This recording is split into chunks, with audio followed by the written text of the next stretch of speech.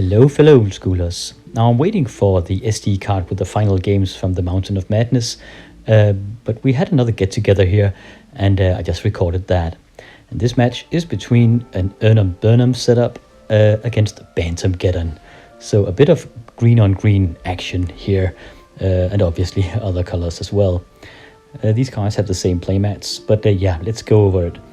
This is Jacob's Erhnam. He actually made this deck for a new addition to the to our crew, the Electric Eels, All Boy Electric Eels, and yeah, he made this deck for him just to start out with. Borrowed the cards for him, so he's gonna test it out to see if it's viable. There's a single red mox here, otherwise it's unpowered, and we have yeah, just a lot of burn. It's a classical, pretty straightforward deck here. Creature base being a lot of critters with the Script Sprites and Golden Pixies, Curd Apes, and Erhnam full play sets of each. A couple of Giant Growths, a couple of Berserks, a couple of Silver Libraries, a Regrowth, a Fork, a Channel for that one punch there. Excellent card along with an Expel, like a Fireball.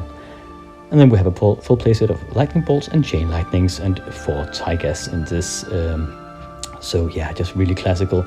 The sideboard here, he can take in the Sushis, and he has both Concordant Crossroads and Revelation. Revelation is, I've never seen that before. It makes both players play with an open hand.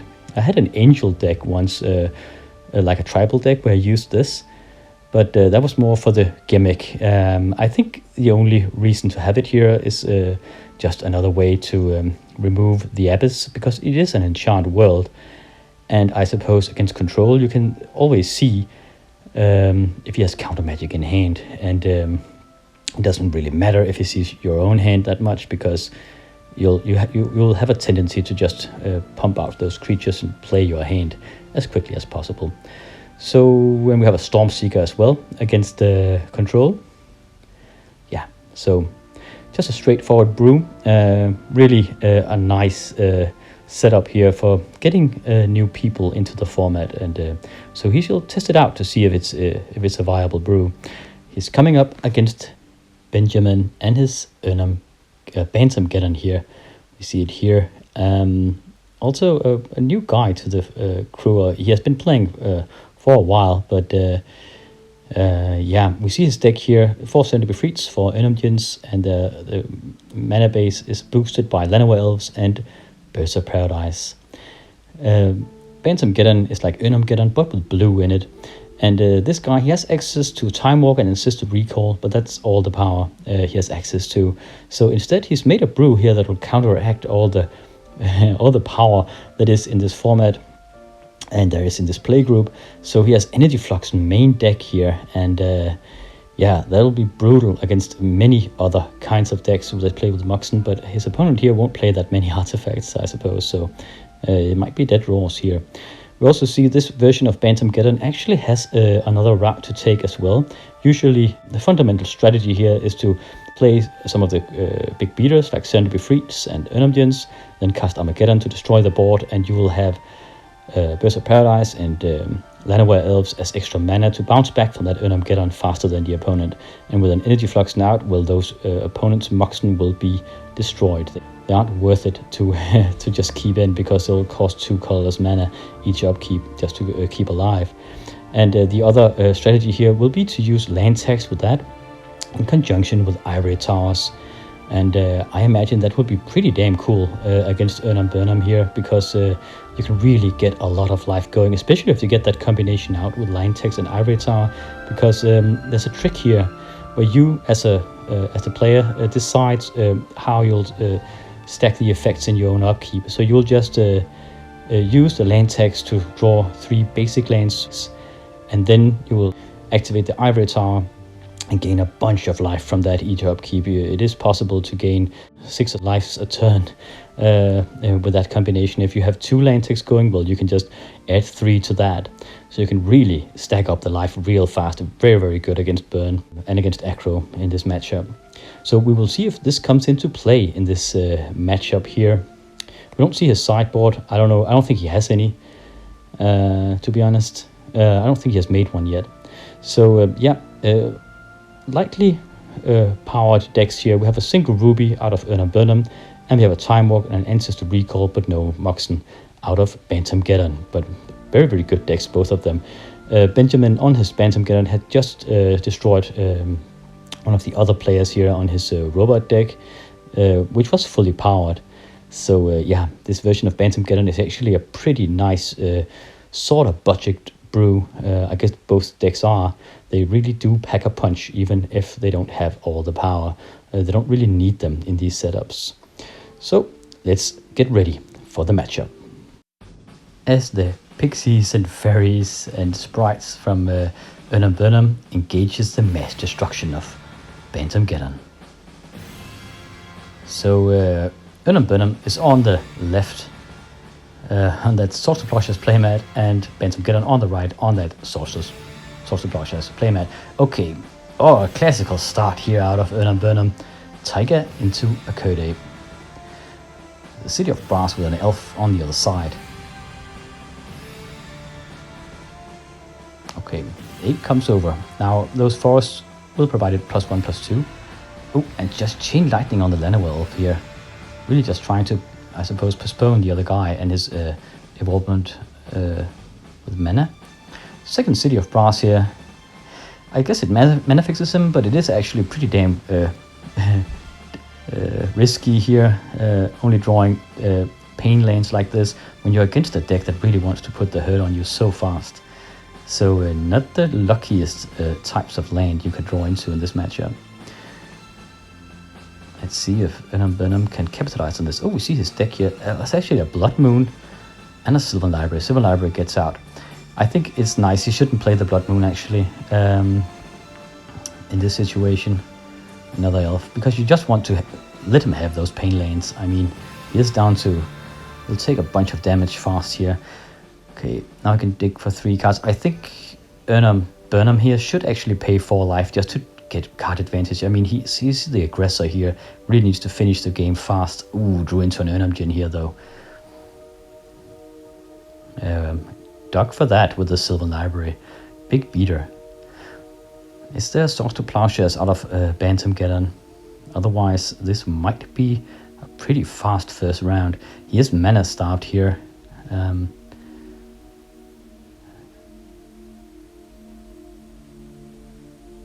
Okay, playing something here. Ooh, taking 2 points of damage from those pain lanes and a Send to be free. That will ping him as well. Okay, Erhnam digs with the Sylvan Library. Again, I think he should just keep some cards here.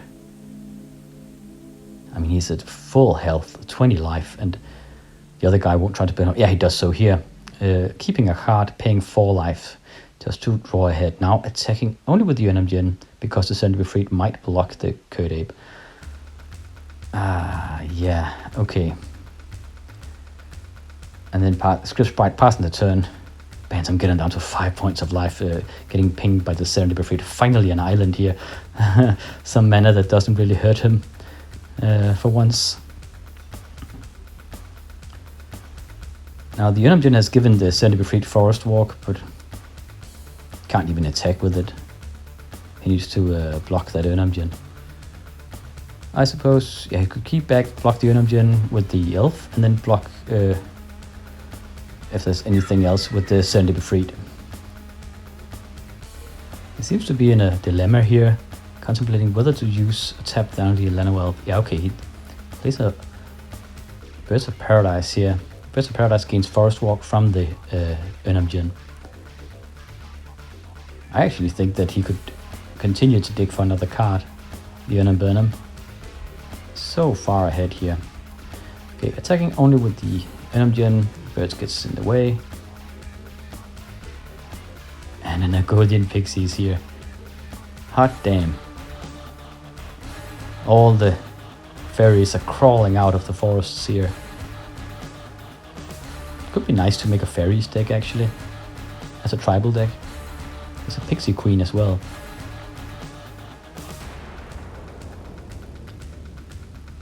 Okay, let's see here.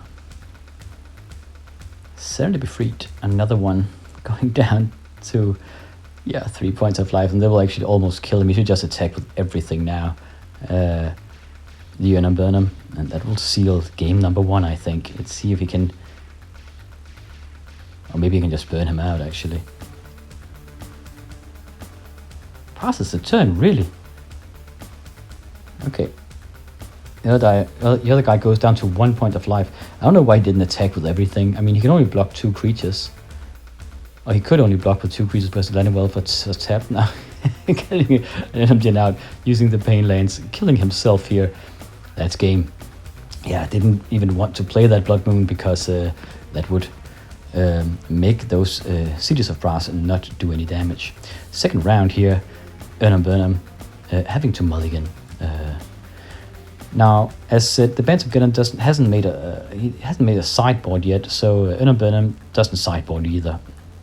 Otherwise, I think, yeah, I don't know what he would bring. Maybe that Stormseeker could be kind of cute, especially against lane text. But he doesn't know that the other guy has lane text at this point. He's only seen Erhnam and mana creatures, so I think he must know that he's against at least Erhnam, Geddon, and maybe Bantam-Geddon here, because there was Cities of Brass.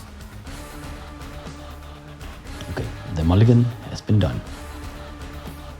So now Bantam-Geddon, he should be on the play, but he actually chooses to make the other guy be on the play. Benjamin, he likes to be on the draw every time. Okay, Pendelhaven into a Script Sprite here. That Pendelhaven can pop that Script Sprite. Oh, that's an Ivory Tower. That's what he needs, actually. Just needs to sit back and gain life. The other guy will try to rush him down. But, okay, pumping the Script Sprite here, making it a 2-3. And another Script Sprite. Now he just regenerates the life from the Ivory Tower. Oh, that's a lane text. That's a combination I talked about. We shall see if Benjamin knows this trick where he can actually lane text before the Ivory Tower takes effect. Both are done in the upkeep, but he decides when the trick has resolved. Getting in for 3 points of damage with 2 flying fairies. And now he casts lane text here. Okay, one of each kind. Island, plains, forest. Oh yeah, and we saw in the deck picture that he didn't use tropical islands and tundras. Those are expensive dual lanes. But he doesn't need them because he has lane text, so it's actually better for him to have the basic lanes. So a nice little trick for a budget deck here, a sort of budget deck. I mean, he has Time Walk and Ancestral Recall, but apart from that, by old school standards, both decks are pretty budget friendly. Okay, now they're discussing it here. I think if he can activate the Ivory Tower after the lane text is activated, and he can.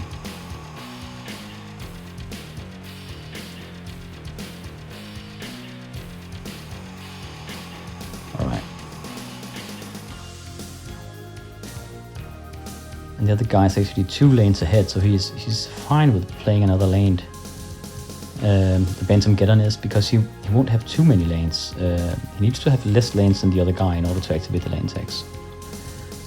But gaining a bunch of life, even though those pixies has put the smackdown on him, the Ivory Tower lane text combination actually makes him heal faster than the little flying creatures can do damage. Island coming out here. And Time Walking. That's nice. So you can activate the lane text. Okay, now he's discarding a plains. And now activating the lane text in the second turn here. Oh, damn.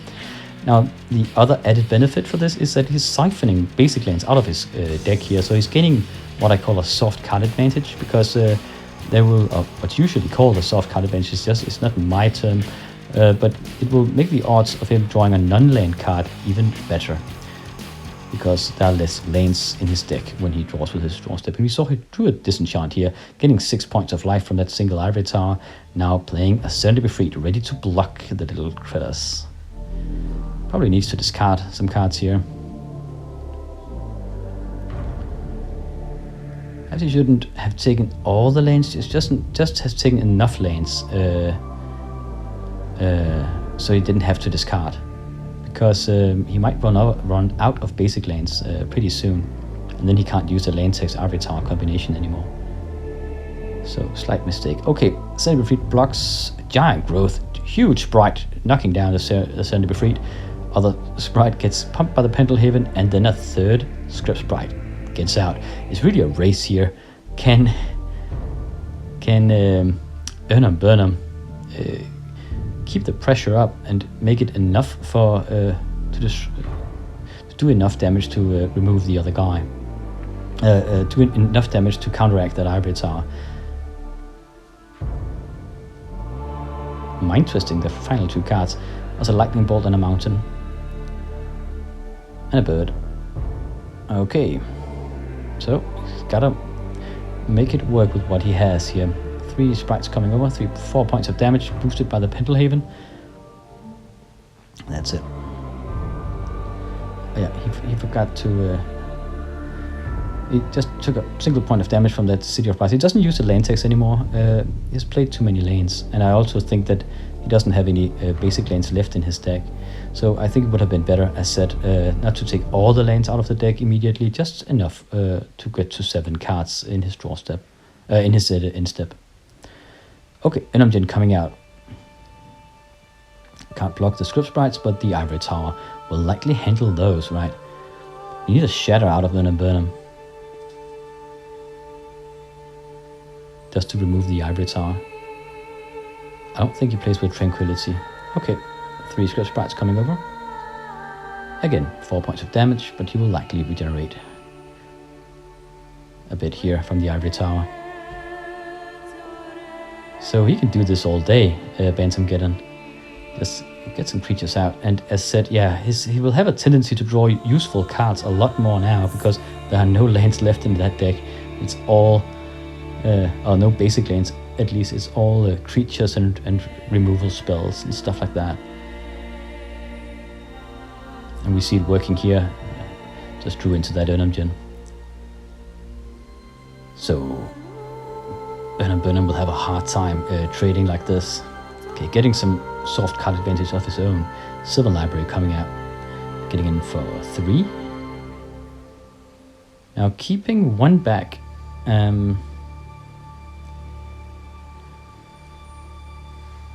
Likely in order to block one of the Erhnam.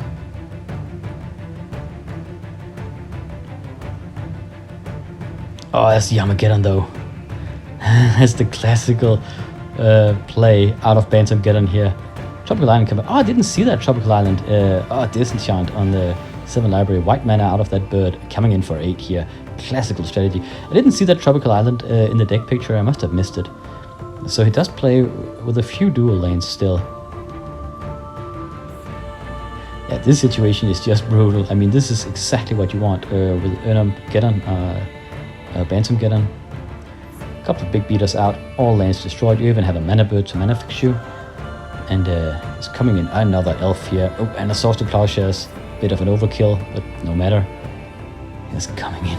Oh, 8 damage here. What a beatdown. Yeah, Bantam-Geddon wins.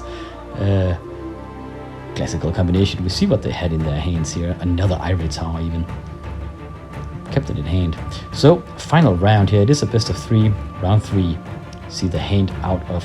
Okay, Tiger, Sol Ring, and a Kurdabe. Not a lot of mana, but he can cast that Kurdabe turn 1. Time Walk Bird. That's also... We have 2 nice hands here. City of Brass also on Bantam-Geddon hands to mana fix him along with that bird. And a Time Walk to pull ahead.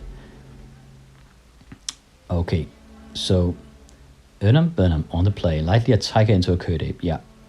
And even if he doesn't draw a land, next turn he can actually play that Sol Ring. But remember, I think that the Tiger is the only land type he has. City of Brass coming out here. Okay, playing a mana bird. Take a single point of damage from the City of Brass. Let's see if there's a land here. Is that a land? I mean, at least the Tiger, there's a Red Mox, okay. Not too shabby. At least the Tiger Kurdabe is a fine opening here, because you can, because the Kurdabe gets boosted. You can play the Kurdabe and it's boosted immediately, because the Tiger is both a mountain to play it and a forest to boost it. Likely a Sol Ring will come up now.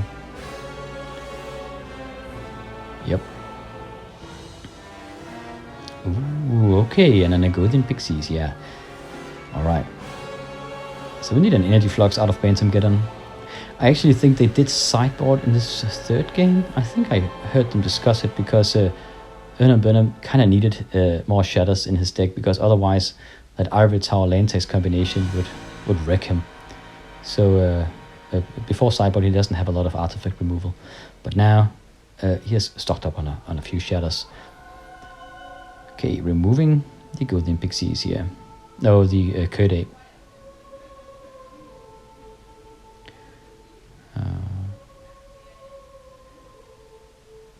And time walking. Alright, pulling ahead here. Trying to get some big beater out. I think he had an Erhnam in his hand when we saw his opening hand, so we'll likely see. No Erhnam. Civil Library.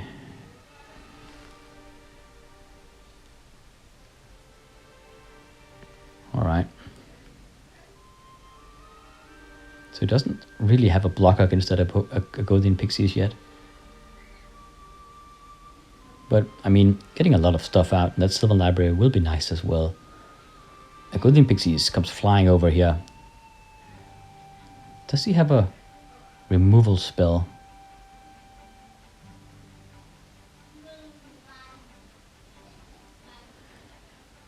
Okay, no. Taking it on the chin here. And another Curd Ape. Piling on the creature pressure here. But he needs that. He needs to punch the other guy down before the big beaters out of Bantam-Geddon hits the table, and also before that Ivory Tower Lantex combination gets out. Passing turn to Bantam-Geddon here. Silver Library gets activated. Now, I don't think he should sacrifice life at this in this situation unless he really needs to. It is far more dangerous against this opponent when you're against a burn deck. Okay, getting a Mind Twist. Mind Twist in the other guy. Do we have Lightning Bolts in response here? No. Fireball, Shatter, and a Chain Lightning. All sorceries. I mean, he could use the Shatter, but there are no real viable targets for that. So no backup for Erhnam at this point. Whereas Bantam-Geddon is still taking a walloping here. Really just focusing on the long game here. Casting Silver Library for his own card advantage and Mind Twist to remove the other guy's hand. But the board state is still decidedly in the favor of Erhnam, who has all the attacking creatures so far, and will be able to get in for 4 points of damage here, unless there's a Source to Plowshare or similar. No such luck. 10 points of life left on Bantam-Geddon here, but he might stabilize pretty soon. Erhnam has really taken the wind out of Erhnam's sails here with that Mind Twist. But yeah, he kind of needs he needs something like a big creature here. Disenchant the Soaring, okay. And Ascended Befried taking a point of damage, going down to 9 points of life. And that Ascended Befried will actually ping him. But at least we have a blocker. He has a blocker now. This will make it very dangerous to attack. Unless Erhnam drew into a Giant Growth or a Berserk.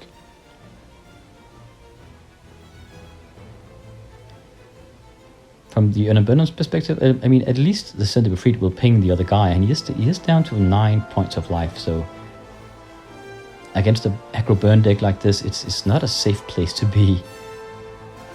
Oh, he actually attacks with everything. Okay, well, I think Bantam-Geddon needs to block, blocking the Curd Ape. That's Giant Growth, though. Okay, huge ape knocking down the Ascended Befried. Golden Pixie gets in. Puts Bantam-Geddon down to 7 points of life. I mean, he's so close to stabilizing here. He needs, like, I don't know, some removal. Digging with the Silver Library. Now the Forest gets down. Okay, Lano Elf. At least, I think he should actually start blocking with his... okay, another Ascended Befried.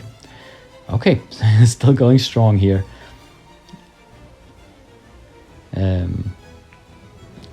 So we need... Yeah, now he can't attack. Just letting the other guy get pinged with the Ascended Befried. No Giant Growth to help him. But I mean, the Centipedes Fleet, it would have been a lot better with creatures that didn't ping him.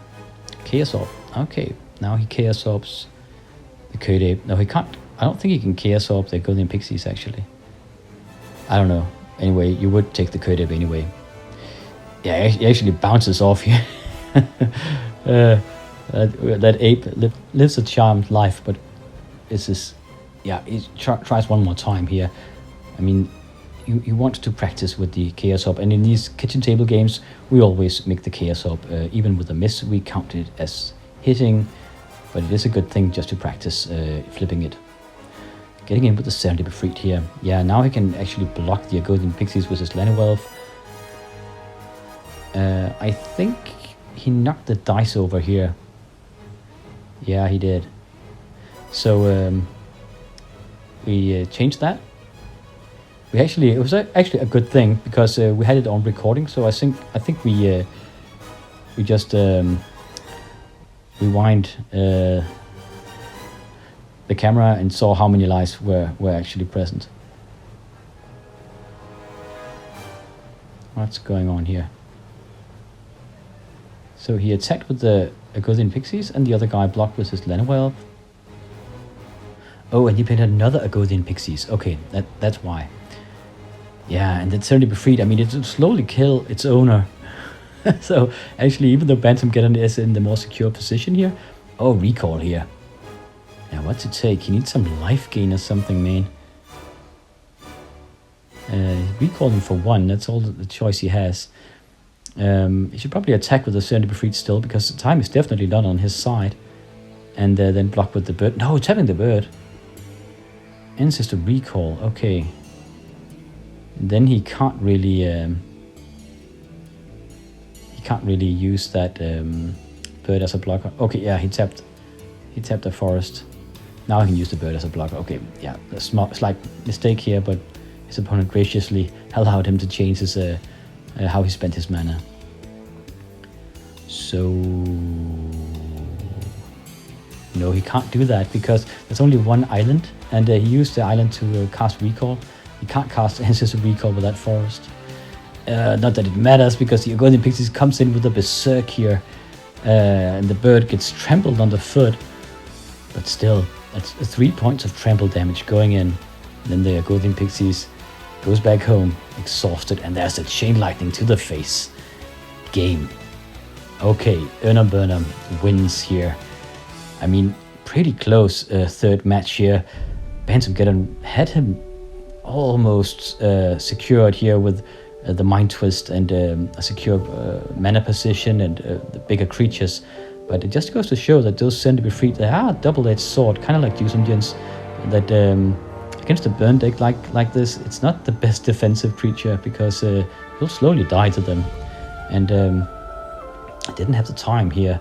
Erhnam made it work, just etching in a victory here with a Berserking a Golden Pixies backed up by Chain Lightning. Good game. Thank you for watching, and I'll see you in whatever comes next.